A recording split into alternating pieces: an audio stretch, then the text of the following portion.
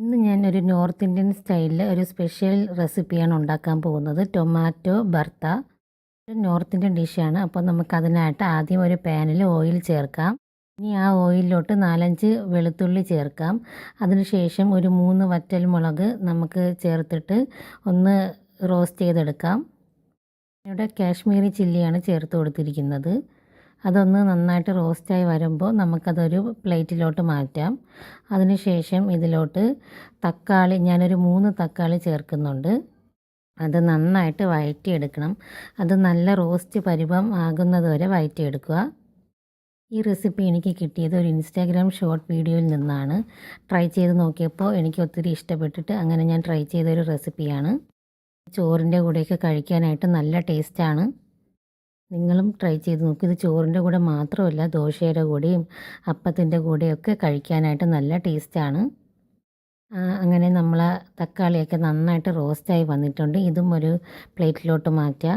ഇനി നമുക്ക് കുറച്ച് സവാള വഴറ്റിയെടുക്കണം. ഞാനിവിടെ ഒരു 2-3 സവാള എടുത്തിട്ടുണ്ട്. അത് നന്നായിട്ട് വഴറ്റിയെടുക്കുക. നല്ല രീതിയിൽ കാരമലൈസായിട്ട് വരണം. നല്ല ബ്രൗൺ നിറമായിട്ട് വരുന്നത് വരെ നമുക്ക് വഴറ്റിയെടുക്കാം. ആ സമയം കൊണ്ട് നമ്മുടെ തക്കാളിയുടെ പുറത്തുള്ള സ്കിന്നുണ്ടല്ലോ, ആ സ്കിന്ന് നമുക്കിതുപോലെ എടുത്ത് കളയണം. അപ്പം അങ്ങനെ ഞാൻ ഓരോ സ്കിന്നായിട്ട് എടുത്ത് കളയുന്നുണ്ട് ഇതുപോലെ. ആ സമയത്ത് നമ്മൾ ടൊമാറ്റോ അല്ല, നമ്മൾ ഒണിയനും ഇവിടെ റെഡി ആയിട്ടുണ്ട്. അതും ഞാൻ ഈ പ്ലേറ്റിലോട്ട് മാറ്റി കൊടുത്തിട്ടുണ്ട്. ഇനി ഇതിലോട്ട് 1 ടീസ്പൂൺ കാശ്മീരി ചില്ലി പൗഡർ ചേർക്കാം. എന്നിട്ട് ആവശ്യത്തിന് ഉപ്പും ഒരു ശകലം മല്ലിയിലയും കൂടെ ഇതിലോട്ട് ചേർത്തിട്ട് നന്നായിട്ട് മിക്സ് ചെയ്ത് എടുക്കാം. നല്ല പോലെ മിക്സ് ചെയ്ത് എടുക്കുക. ഇതുപോലെ നന്നായിട്ട് മിക്സ് ചെയ്തെടുക്കണം.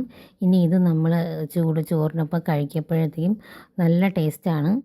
ഈ ടൊമാറ്റോ ബർത്തയും ഇതിനോടൊപ്പം ഒരു മോര് കാച്ചിയതും പിന്നെ ബീട്രൂട്ടും മെഴുക്ക് പുരട്ടിയും കൂടെയൊക്കെ ചേർത്ത് നന്നായിട്ട് മിക്സ് ചെയ്ത് കഴിക്കാൻ നല്ല രുചിയാണ്. അതുപോലെ വെറുതെ കഴിക്കാനും നല്ല ടേസ്റ്റാണ്. ഞാനിപ്പോൾ ഈ കറികളുടെ കൂടെയാണ് കഴിച്ചത്, അതുകൊണ്ടാണ് ഞാൻ പറഞ്ഞത്. അല്ലാതെ ഇതിനും ഈ ഒരു കറി മാത്രം കഴിക്കാനും നല്ല ടേസ്റ്റാണ്.